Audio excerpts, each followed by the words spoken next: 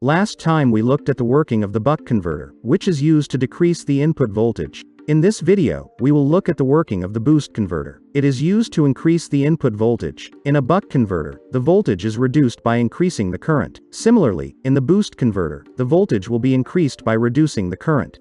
Both the converters use the same components but in different arrangements. This is an N-channel MOSFET. It is controlled by the PWM signal. When the switch turns on, the current starts flowing in this loop through the inductor. As current through an inductor cannot change instantly, thus current increases gradually. Also, the inductor starts storing this energy in its magnetic fields.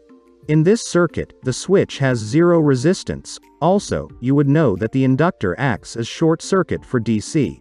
Thus the current through the inductor can increase to the maximum amount that the source can provide. For an ideal source, the current will increase to infinity. Now, as the switch turns off, the current will flow through the larger loop. But the current is too high for this load at 5 volts, and the current will not change instantly. Thus inductor increases the voltage such that the combined voltage of the inductor and battery can flow this current through the load. The inductor runs out of energy pretty soon, and this gives a large spike of voltage at the output. So now we can increase the voltage at the output than the input. But it's not continuous. Hence we add a capacitor, parallel to the load, to store the energy in the spike and then release it later.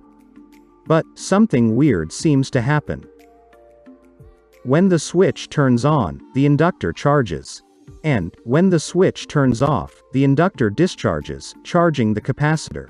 Now, when the switch turns on again, the inductor charges but the capacitor discharges itself through the switch, and almost no current flows through the load.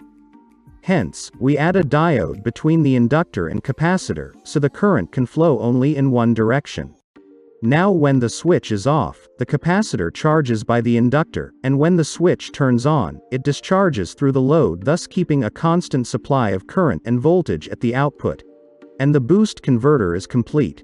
If you increase the duty cycle of PWM, the voltage increases, and if you decrease the duty cycle, the voltage also decreases. But, similar to the buck converter, it has the same problem. That is, as the load changes, the voltage at the output also changes, depending upon how much current the load draws. Hence, we add the feedback voltage divider, the op-amps, and the triangle wave generator. In this circuit, we use an N-channel MOSFET. Hence, the inputs of the comparator are flipped. All other working principles remain the same as the buck converter. Any changes in load will change the voltage at the output. This will change the feedback voltage, thus it will change the duty cycle of the PWM. Also, the voltage can be changed by adjusting the potentiometer. While designing this, some care should be taken. First, the output voltage is higher than the input and it can also reach above hundreds of volts with a 5-volt battery if the duty cycle is increased too much. Hence, be careful while using this circuit. Second, check the breakdown voltage of the diode. It should be higher than the maximum voltage at the output, or the diode can get damaged. Now, what if you want to increase and decrease the voltage with one device? Can we combine both of them in one? Yes, you can. And, such a device exists. It is called a buck-boost converter. Here we combine the buck and boost converter in series. Then remove this extra capacitor, and combine the two inductors in series to make the buck-boost converter.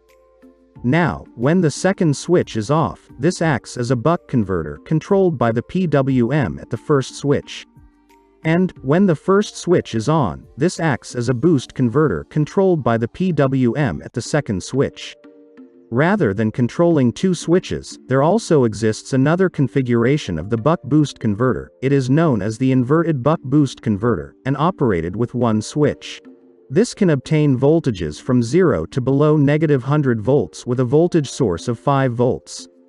Why negative voltage? Let's see. When the switch turns on, the current flows through the inductor in this loop.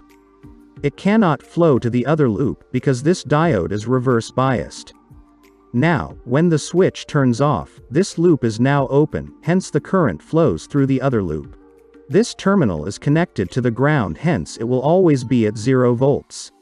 Now, if the inductor wants to continue the flow of the current in this direction, the other terminal must become negative.